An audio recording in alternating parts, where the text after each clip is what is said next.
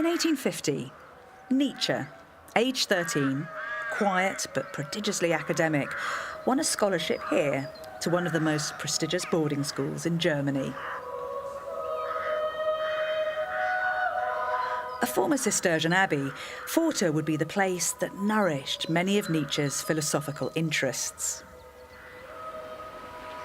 Nietzsche believed that what he learned here formed him, both as a thinker and as a man.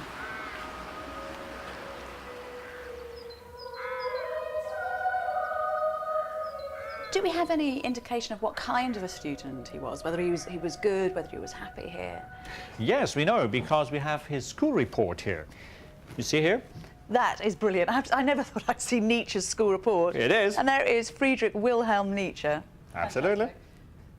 You see here the different topics he was taught in. First, we have the religion. Yeah. And this is interesting, because you would probably not expect Nietzsche to be a brilliant student in religion, but he obviously was, according to the report here. He was excellent. He not only knew a lot about the main doctrines of Christianity, but he was also able to think and to write scholarly about these main doctrines of Christianity. Well, I suppose in a way that follows, because if you're going to criticise something intelligently, you have to understand it. You have to know what it is that you're tangling with.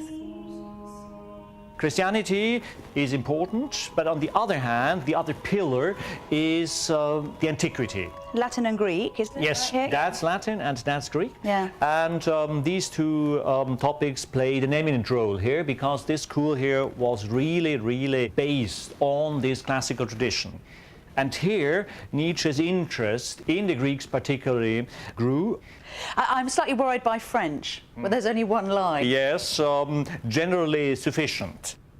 Obviously, French was not his language, neither was Hebrew. There he lacks, obviously, knowledge in grammar. Yes, OK. And maths? Maths was horrible. There he was really bad. At the end, it was even questioned if he could pass the exam, because he was so bad in mathematics, and only because of the intervention of his teacher in Latin, he finally passed with all his excellent marks.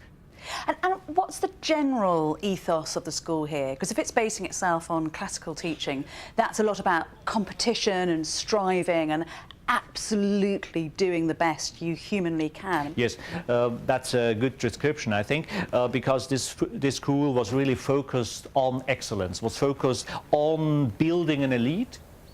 This was really life-shaping for Nietzsche, because afterwards he always was looking for the excellence. This idea that one could do out of his life what one wants to do out of his life became a very prominent idea. Fascinating. And it's very Greek, that, as you say, you strive and you struggle for excellence. But here in this school, it's all under the eye of God. Yes, that's true. And you can see in his final essay is dedicated first to God, then to the king, and finally to the school, Pforte. So that's the order of values taught here. Even as a schoolboy, there are flashes of Nietzsche's potential for brilliance. He was fascinated by religion, and leaving here, he was determined to follow in his father's footsteps as a pastor. He wrote, "I am resolved to devote myself to God's service." But it was during his training to be a Lutheran minister that, paradoxically, Nietzsche would finally lose his faith altogether.